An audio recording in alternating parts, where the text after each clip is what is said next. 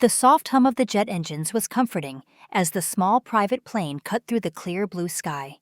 It was a special day for Camille. She wasn't just flying as a passenger. This was her plane. Well, hers and her husband's. After years of hard work, sacrifices, and climbing the corporate ladder, their dream of owning a private jet had finally come true. It was a symbol of how far they had come. Camille adjusted the silk scarf around her neck and glanced out the window, admiring the view. She didn't fly on the plane often, and each time she did, it felt surreal. The flight attendant, a young woman named Sophie, moved efficiently down the aisle, handing out refreshments to the few passengers on board. Camille noticed Sophie glance at her a few times with a look she couldn't quite place. Was it disdain? Discomfort? Camille dismissed it. She was used to being judged, often underestimated because of her skin color. It wasn't new, though it still stung sometimes. As Sophie approached, Camille smiled politely. "Could I have a bottle of water, please?" Sophie's eyes flicked over her, from her perfectly styled hair to her simple but elegant dress. There was a moment's pause, then Sophie said flatly, "You can get it yourself. The cooler's at the back." Camille blinked, surprised. "Excuse me?" Sophie sighed impatiently. "You heard me. I'm not here to cater to everyone's every little whim. If you want something, get it yourself." The air in the cabin seemed to shift. A couple of the other passengers turned their heads, sensing the tension. Camille felt her face flush. She opened her mouth to respond, but before she could, Sophie leaned in closer.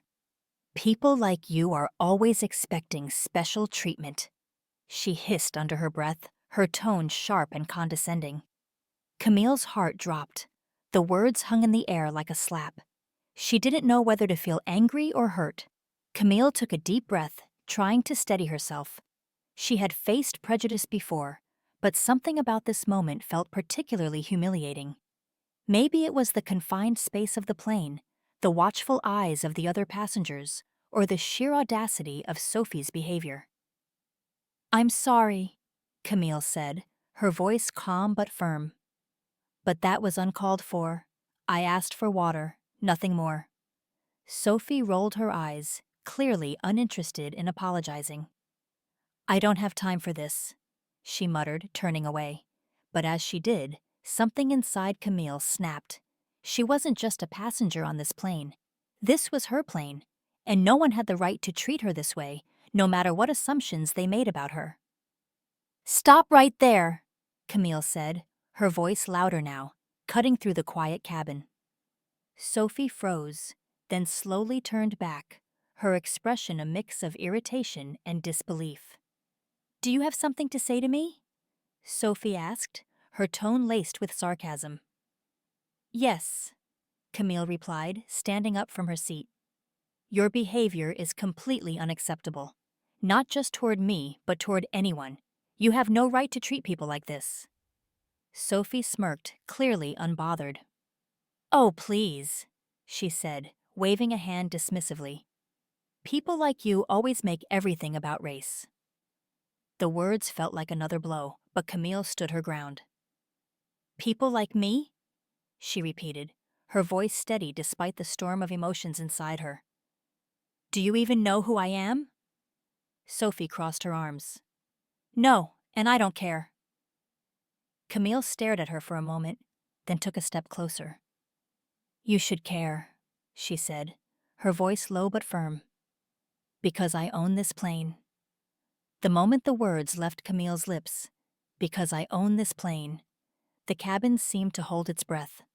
Time slowed as Sophie's expression transformed. The smirk that had been plastered on her face moments earlier faltered, replaced first by confusion, then disbelief. Camille could see Sophie's mind working, trying to process what had just been said. "What?" Sophie finally whispered, her voice barely audible. Camille straightened her posture, her presence commanding the room despite the intimate setting of the private jet. "You heard me," she said evenly. "This isn't just any flight, and I'm not just any passenger. This plane belongs to me and my husband." The color drained from Sophie's face like water spilling from an overturned glass. Her eyes darted around the cabin as though searching for an escape route. A nervous chuckle escaped her lips, though it was forced and shaky. I. I didn't know, she stammered. The arrogance that had radiated from her earlier was gone, replaced with a frantic kind of panic.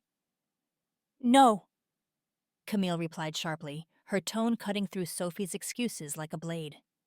You didn't know, but that doesn't excuse the way you treated me. You shouldn't need to know who someone is to treat them with respect. That's your job as a flight attendant. And more importantly, that's basic human decency. Sophie's mouth opened and closed like a fish gasping for air, but no words came out. For once, her sharp tongue had failed her. The other passengers, who had been silently observing the exchange, sat frozen in their seats, their wide eyes fixed on the unfolding scene. Camille glanced at them briefly, noticing their expressions, a mix of shock, empathy, and quiet support. She didn't need validation from them, but their presence gave her strength. This wasn't just about her anymore. It was about every person who had ever been dismissed, belittled, or underestimated because of someone else's biases. I think, Camille continued, her voice calm but firm, it's time for you to sit down and reflect on how you've behaved. Not just toward me, but toward everyone on this flight. When we land, we'll have a proper conversation about this. Sophie stood frozen for a moment, as if rooted to the spot. Then, like a marionette with its strings cut, she nodded quickly. Yes, ma'am, she murmured, her voice trembling. Her earlier confidence was gone, replaced by a pale, shaken version of herself. Without another word, Sophie turned and retreated to the back of the plane. As she disappeared from view, the tension in the cabin slowly began to dissipate, though the air still felt heavy with unspoken emotions. Camille sank back into her seat, her heart pounding in her chest. She had stood her ground, but the encounter had left her feeling drained. She stared out the window, the endless expanse of sky, a stark contrast to the storm that had just unfolded inside the plane. The rest of the flight passed in an uneasy silence.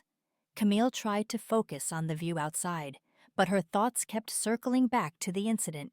She wasn't angry anymore. Anger had burned out, leaving only a deep sadness in its wake.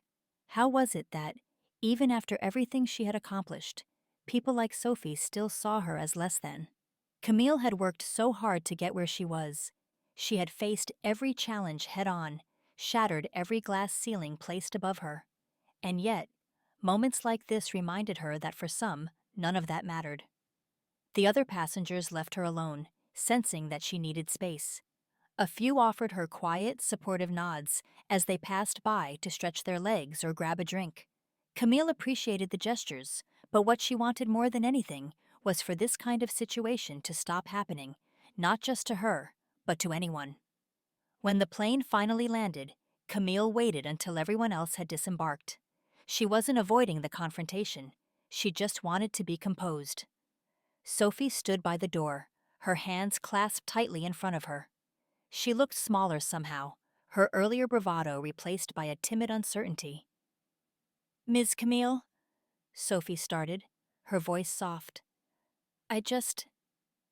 I want to say I'm sorry. I truly am. I didn't mean to. Her voice trailed off, and she looked down at her shoes. Camille held up a hand, stopping her.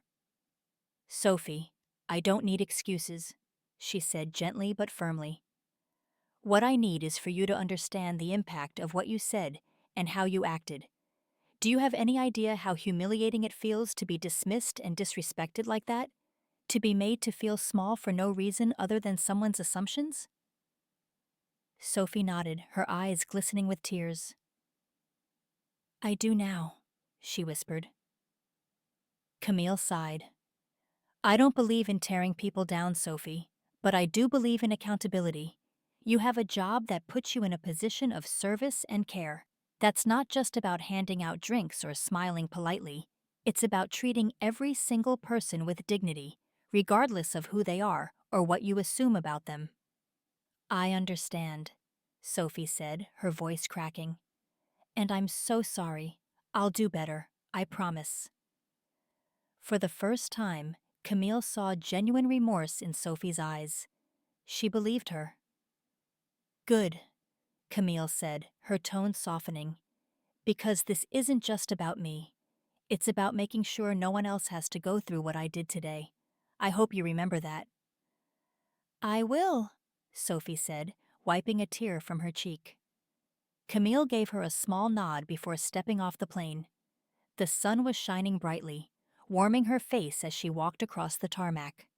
The encounter had left her shaken, but as she took a deep breath, she felt a sense of closure. She hadn't just stood up for herself, she had stood up for something bigger. And as she headed toward the car waiting to take her home, she promised herself that she would continue to use her voice, no matter how difficult it might be. Some lessons weren't easy to teach, but they were always worth it.